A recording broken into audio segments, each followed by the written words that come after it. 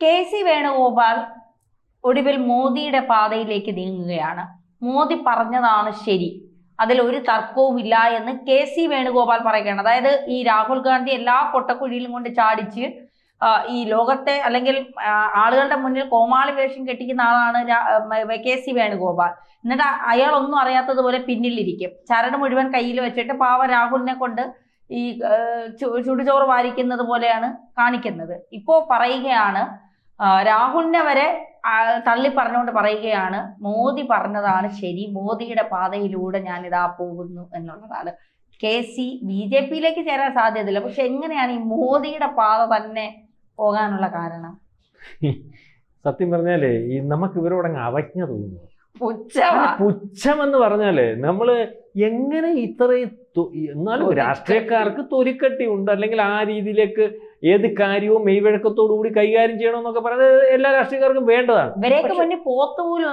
പോത്തല്ല, കണ്ടാമൃഗം ഓടി ഒളിക്കുക. ഈ കെ.സി. വേണുഗോപാലിനെ ഈ രമേശ് ചെന്നിത്തലയൊക്കെ കാണുമ്പോൾ മറ്റേക്ക് പിന്നെ അത് കാര്യമില്ല, തലയ്ക്ക് വെളിവില്ലാത്ത ഒരു മനുഷ്യനെന്ന് ആൾക്കാർ മുദ്ര കുത്തിക്കഴിഞ്ഞു. കാരണം അയാൾക്ക് എന്തോ ചെയ്യുന്ന അയാൾക്ക് അറിയത്തില്ല. അങ്ങനെയൊക്കെ പറഞ്ഞു തുടങ്ങിയത് ഞാൻ എൻ്റെ വാചകത്തിൽ പറയാൻ.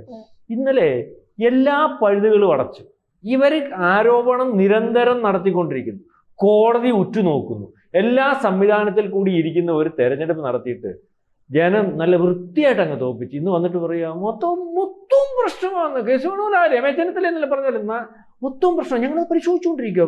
ഞങ്ങൾ ആർ ഡി ഞങ്ങളുടെ എന്തോ ഏതാണ്ട് RD തേജി യാദവിന്റെ മറ്റേ പേര് RJD വെച്ച് ഞങ്ങൾ പരിശോധിച്ചുകൊണ്ടിരിക്കുകയാണ്. അവിടുന്ന് ഞങ്ങളൊരു സമിതിയുണ്ട്, ഡേറ്റ എടുത്ത്. പിന്നെ മല്ലികാർക്കും ഖാർഗി എണീറ്റ് വയ്ക്കാൻ അയാൾക്ക് വയ്യ, ഓർമ്മയൊന്നും പൊക്കണോ അയാൾക്കില്ല.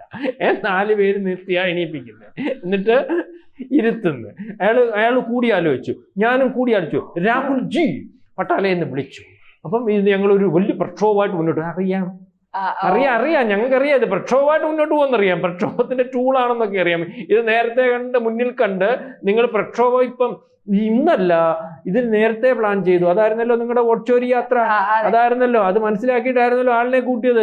ബംഗ്ലാദേശികളെയും കൊണ്ട് ഇന്ത്യക്കകത്തില്ലാത്ത, വോട്ടിന് അർഹതയില്ലാത്ത ബംഗ്ലാദേശികളെ, രോഹിംഗ്യകളെ മാറ്റി നിർത്തിയപ്പോൾ അവരെ കൂട്ടി, ആ വോട്ടില്ലാത്തവരെ കൂട്ടി ഒരു പ്രക്ഷോഭം അവിടെ പ്ലാൻ ചെയ്തു. എന്നിട്ട് ജനങ്ങളെ തെറ്റിദ്ധരിപ്പിച്ച് എന്തുവെന്നറിയോ, ഇത് മൊത്തം കുഴപ്പമുള്ളവനെ മാറ്റുന്ന അവരുടെ കുഴപ്പം, അവരായിരുന്നു ഇവരുടെ വോട്ട്. അത് ഈ പറയുന്നത് പോലെ ഇല്ലാതായപ്പോഴാ ഈ പറയുന്ന ഇങ്ങനെ ഭൂമിന്ന് കയറി അങ്ങ് പോയി. 243 സോഷ്യൽ എഞ്ചിനീയറിംഗിൽ അതിവിദഗ്ധൻ, എല്ലാ ചാണക്യൻ, ശത്രുക്കൾ പോലും പറയുന്നു അദ്ദേഹത്തിന് മറികടക്കാൻ സോഷ്യൽ എഞ്ചിനീയറിംഗ് ആര്, അയാൾ പോലും പറഞ്ഞു 164. ഇന്നലെ 208 വന്നപ്പോൾ മോദി പറഞ്ഞു നിർത്ത്, അമിത്ഷാ പറഞ്ഞു നിർത്ത്. അവര് വിചാരിക്കുന്നത് വോട്ട് ചോരിയാന്ന്, അവര് വിചാരിക്കും അവിശ്വസനീയം. ഇതെന്നാ ഒരു കെ.സി. വേണുഗോപാലും പറഞ്ഞ അവിശ്വസനീയം. ഇത് പറഞ്ഞപ്പോഴേ സാർ ഒരു കമന്റ് ഇന്ന് കണ്ടത്, അത് വളരെ പ്രധാനപ്പെട്ടതായതുകൊണ്ടാണ് നമ്മൾ പറയുന്നത്. ഇത് കെ.സി. വേണുഗോപാലിന്റെ ഈ അവിശ്വസനീയം എന്നതിന് ശേഷം അതിന്റെ താഴെ വന്ന ഒരു കമന്റാണ്, വോട്ടിംഗ് മെഷീൻ കൊണ്ടുവന്നത് കോൺഗ്രസ് 2022, അവസാനമായി വോട്ടേഴ്സ് ലിസ്റ്റ് കൊണ്ടുവന്നത് കോൺഗ്രസ്, വോട്ടിംഗ് മെഷീൻ ടെക്നോളജി മൊത്തം മനസ്സിലാക്കിയത് കോൺഗ്രസിന്റെ കാലത്ത്, ആ സിസ്റ്റത്തിൽ കൂടി ബി.ജെ.പി ജയിച്ചാൽ അത് വോട്ട് ചോരി. കർണാടക, കേരള, തമിഴ്നാട്, ബംഗാൾ, പഞ്ചാബ് എന്നിവിടങ്ങളിൽ വോട്ടിംഗ് മെഷീൻ പക്ക, വോട്ടേഴ്സ് ലിസ്റ്റും പക്ക. ബി.ജെ.പി ജയിച്ചിടത്തെല്ലാം ലിസ്റ്റും വ്യാജം, മെഷീനും വ്യാജം. പോയി എവിടെയെങ്കിലും ഒളിഞ്ഞിരുന്ന് കഴുത കരയും പോലെ കരഞ്ഞു തീർക്ക്. തലയിൽ വെളിവില്ലാത്ത ഊളന്മാർ ജനങ്ങളെയും രാജ്യത്തെയും മറന്ന് തീവ്രവാദികളുടെയും സോറസിന്റെയും ഡീപ് സ്റ്റേറ്റിന്റെയും കൂടെ പോയ കിണ്ടി മുന്നണിക്ക് ജനം കൊടുത്ത മറുപടി. ഇങ്ങനെയാണ് ആ കമന്റ്. സത്യമായിട്ട് ഇതിനകത്ത് ഇവര് പറയുന്നത് ജനത്തിനകത്ത് പറയുന്നത്, അല്ലെങ്കിൽ ജനത്തിന് ചില കാര്യത്തെ പറ്റി വ്യക്തത ഇല്ലാത്തതുകൊണ്ട് ഇവർക്ക് പറഞ്ഞു വയ്ക്കാൻ സാധിക്കുന്നു. മനസ്സിലാക്കേണ്ട ഒരു കാര്യം, ഇവര് പറയുന്നു എല്ലാം രാഹുൽ ഗാന്ധി പറയും എല്ലാം പുള്ളി തട്ടിപ്പ്. ഒറ്റ ചോദ്യം ഇവിടുത്തെ ജനം ചോദിച്ചാൽ മതി, രാഹുൽ ഗാന്ധി നിങ്ങൾ 10 കൊല്ലം ഭരിച്ചു, ആ 10 കൊല്ലത്തിന് ശേഷം 2014 ഇലക്ഷന് നിങ്ങളല്ലേ കേന്ദ്രം ഭരിച്ചുകൊണ്ടിരുന്നത്, നിങ്ങളുടെ കയ്യിലല്ലായിരുന്നു ഏതാണ്ട് 3/4 സംസ്ഥാനങ്ങളും. അപ്പം അതിനകത്ത് പിന്നെ അവിടെ ഒരു അട്ടിമറി നടത്തി എങ്ങനെ ബി.ജെ.പിക്ക് അധികാരത്തിൽ വരാൻ പോകുന്നത്? മോദി അധികാരത്തിൽ വന്ന കാര്യമാണ് ഞാൻ ചോദിക്കുന്നത്. അതിനുശേഷം മാത്രമല്ലേ ഈ പറഞ്ഞതുപോലെ മോദിക്ക് അട്ടിമറി നടത്താനും അഴിമതി നടത്താനും അങ്ങനെ തിരിച്ചു വരാനും അങ്ങനെ കാര്യങ്ങൾ ചെയ്യാനും ഒക്കെ പറ്റത് 2014 അങ്ങനെ ആവുന്നത്. അതൊന്നും പറ. അപ്പൊ അതാരും ശ്രദ്ധിക്കുന്നില്ല. അപ്പൊ ഇതുപോലെ അന്ന് ഇയാളുടെ അച്ഛനാണ് ഈ വോട്ടിംഗ് മെഷീൻ കൊണ്ടുവന്നത് സുതാര്യമാക്കാൻ വേണ്ടി. ഈ രാജ്യത്ത് ബൂത്ത് പിടിച്ചെടുക്കല്, ചെയ്ത വോട്ടുകൾ വാരിക്കൊണ്ട് പോകുന്നത്, ഇതൊക്കെ മാറ്റുന്നതിന് വേണ്ടി കൊണ്ടുവന്നത്. അതിപ്പോഴെങ്ങനാ കുഴപ്പമായത്?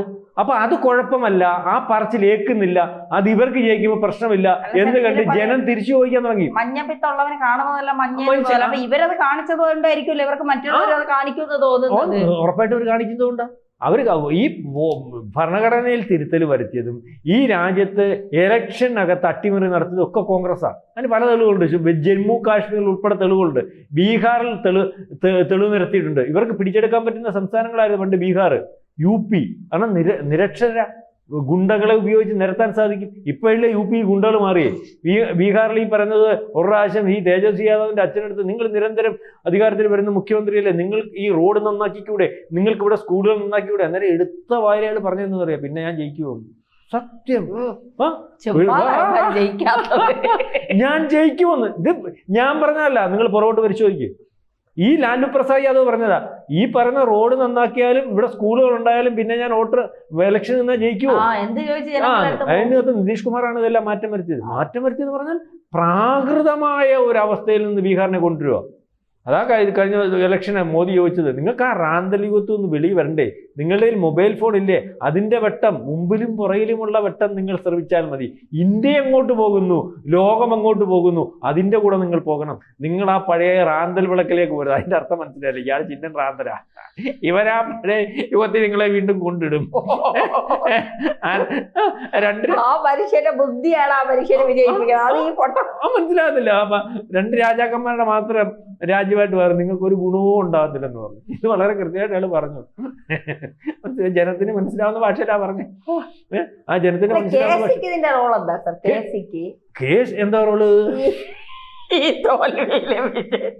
പുള്ളിക്കല്ലയോ റോള് മൊത്തം? പുള്ളിയല്ലയോ ഈ കേരള ACCയുടെ സംഘടനാ ജനറൽ സെക്രട്ടറി? ഇതിന്റെ ഉത്തരം പുള്ളിയല്ലേ മൊത്തം പ്ലാനിങ്?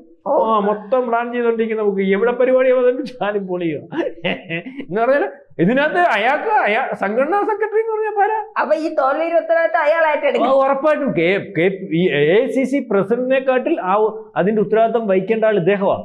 സംഘടന അദ്ദേഹമാണ് ഇതിന്റെ മൊത്തം ഉത്തരവാദിത്വം. അദ്ദേഹമാണ് ഇതെല്ലാം പ്ലാൻ ചെയ്യുന്നത്. അയാളുടെ നിയന്ത്രണത്തിലായിരിക്കണം, അയാളുടെ പ്ലാനിങ്ങിലായിരിക്കണം നടക്കുന്നത്. അയാൾക്കറിയത്തില്ല ഇതൊന്നും നടക്കത്തില്ല. ഇത് ഇന്ന് ആത്മഹത്യ ശ്രമിക്കാൻ നിരന്തരം സംഭവിച്ചു. ഇപ്പൊ ഞാനൊരു കാര്യം അതിന് ഉദാഹരണം പറഞ്ഞുതരാം. നമുക്ക് ചില കാര്യങ്ങൾ ഭയങ്കര ഷോക്കഡ് ആവുമല്ലോ. ഇപ്പം നമുക്ക് വേണ്ടപ്പെട്ട ഒരാൾ ആക്സിഡന്റ് മരിക്കുന്നതായിട്ട് നമ്മൾ പെട്ടെന്ന് നമുക്ക് കാണുമ്പോൾ ഭയങ്കരമായിട്ട് നമുക്ക് ചിലപ്പം ഉൾക്കൊള്ളാൻ പറ്റത്തില്ല. നിരന്തരമായിട്ട് ധന്യ ഇത് സ്വപ്നം കണ്ടുകൊണ്ടിരിക്കുകയെന്ന് വെച്ചു, ഒരു സീരീസ് എല്ലാ ദിവസവും. ഇപ്പം എന്നിട്ട് യാഥാർത്ഥ്യമായിട്ട് ഇതൊരു 2 ആഴ്ചയോ 3 ആഴ്ചയോ അല്ലെങ്കിൽ സംഭവം ഒന്ന് കണ്ടു കഴിഞ്ഞാൽ ഒന്നും തോന്നുന്നില്ല. കേസിക്ക് ഇപ്പോൾ ഒന്നും തോന്നില്ല, ഒരു മരവിപ്പ് മാത്രം. ഇതിനകത്ത് മനസ്സിലാവുന്നുണ്ടോ? ഒരു മരവിപ്പ് മാത്രമാണ് നിരന്തരം സംഭവിച്ചുകൊണ്ടിരിക്കുക. ഇതിനകത്ത് പിന്നെ മോദിയുടെ കൂടായപ്പോ, അതെ മോദിയുടെ കൂടായത് ഇതിനകത്ത് ഈ പ്രാവശ്യം എന്ന് വെച്ചാൽ പുള്ളിയും പറയുന്നത് അവിശ്വസനീയം. കാരണം പുള്ളി ഇപ്പൊ പറഞ്ഞത് പത്രസമ്മേളനത്തിനകത്ത് പറഞ്ഞത് ഏറ്റവും വലിയ സ്ട്രൈക്ക് റേറ്റ് 92 സ്ട്രൈക്ക് റേറ്റ് എന്ന് പറഞ്ഞാൽ ആൾക്കാർ വോട്ട് ചെയ്യുന്നത് സ്ട്രൈക്ക് റേറ്റ് വന്നിരിക്കുന്നത്. ഇതെങ്ങനെ വിശ്വസിക്കും? അവിശ്വസനീയം. കോൺഗ്രസിന് പോലും ഈ സ്ട്രൈക്ക് റേറ്റ് നേരത്തെ വന്നത് ഇല്ല വല്യമ്മയല്ല നമ്മുടെ ഇന്ദിരാഗാന്ധിയെ കൊന്ന സമയത്താണ്. അപ്പം അതിന് വലിയ സ്ട്രൈക്ക് റേറ്റ് ഇവിടെ വരത്തില്ലെന്ന്. അപ്പൊ പുള്ളി അവിശ്വസനീയം. അപ്പം ഞങ്ങളെല്ലാം നുള്ളി പറഞ്ഞുകൊണ്ടിരിക്കുക, ഞങ്ങള് കോടതി പോവാട്ടോ. പോകണമല്ലോ, അതാണ് ഞങ്ങളുടെ ആവശ്യം. കേരളത്തിലെ ജനങ്ങൾ, ഇന്ത്യയിലെ ജനങ്ങളുടെ ആവശ്യത നിങ്ങളൊന്ന് കോടതി പോയി തെളിയിക്ക്. കോടതി പോകാനും ഇയാള് പറയുന്നത് ബോംബെ, ഹൈഡ്രൈൻ ബോംബെ, ന്യൂട്രൈൻ ബോംബെ, സദാ ബോംബെ എല്ലാം പൊട്ടിച്ച് നിൽക്കുമ്പോഴും കോടതി പറയുന്നത് ഒരു പരാതിയാണ്. ദൈവത്തെ ഓർത്ത് നിങ്ങൾ പറയുന്നുള്ളൂ ഒരു പരാതിയാണ്. ഇലക്ഷൻ കമ്മീഷൻ ഇലക്ഷൻ കമ്മീഷൻ പറയുന്നത് നിങ്ങൾ അതൊന്ന് എഴുതിത്താ അല്ലേ? ഞാൻ എഴുതി തരത്തില്ല, എനിക്ക് ജീവിതം കൊണ്ട് ഞാൻ എഴുതി തരത്തില്ല. അയാൾക്കറിയാതെ എഴുതി കൊടുത്താൽ അവിടെ ചെന്ന് തീരുമെന്ന്. അവരൊന്ന് എഴുതി മേടിച്ചിട്ട് ഇതിലെ പൂച്ചക്കുട്ടി, നമ്മൾ ഈ പൂച്ചക്കുട്ടി എടുക്കുന്നതാണെന്നില്ല, കടിക്കാതെ എടുക്കുന്നത്, ഈ പുറേ പിടിച്ച് ചിമ്മിയെ പിടിച്ച് എടുത്തോണ്ട് പോകുന്നവരെ കൊണ്ടുപോകും. പിന്നെ അത് BJP സമ്മതിക്കത്തില്ല.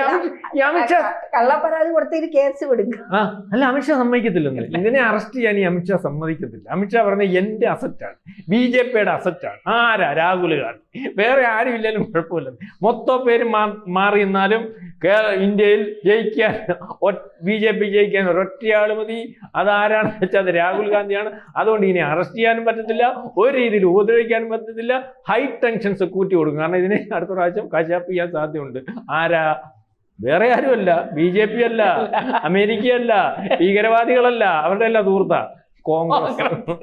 അതുകൊണ്ട് കത്താരത്തിലുള്ള. അപ്പൊ ഇതിനകത്ത് മോദിയുടെ പാത ഉടൻ KC വേണുഗോപാൽ പിന്തുടരുന്നു. അവിശ്വസനീയമാണ് രണ്ടുപേർക്കും. 200 കഴിഞ്ഞപ്പോഴത്തേന് മോദിക്ക് പാനിക് അറ്റാക്ക് തുടങ്ങിയത്. ജനവിധിയാ, പക്ഷേ അവന്മാർ വീണ്ടും പറയുന്നതൊക്കെ നാട്ടുകാർ വിശ്വസിക്കുക. അതുകൊണ്ട് ഇത്രയും മതി. എവിടെ 208? എനിക്കൊന്ന് പിന്നെ അയാൾ പ്രാർത്ഥിച്ചോണ്ടാണ് അവിടെ അങ്ങ് നിന്ന്. ഇതാ പ്രശ്നം. അവിശ്വസനീയം.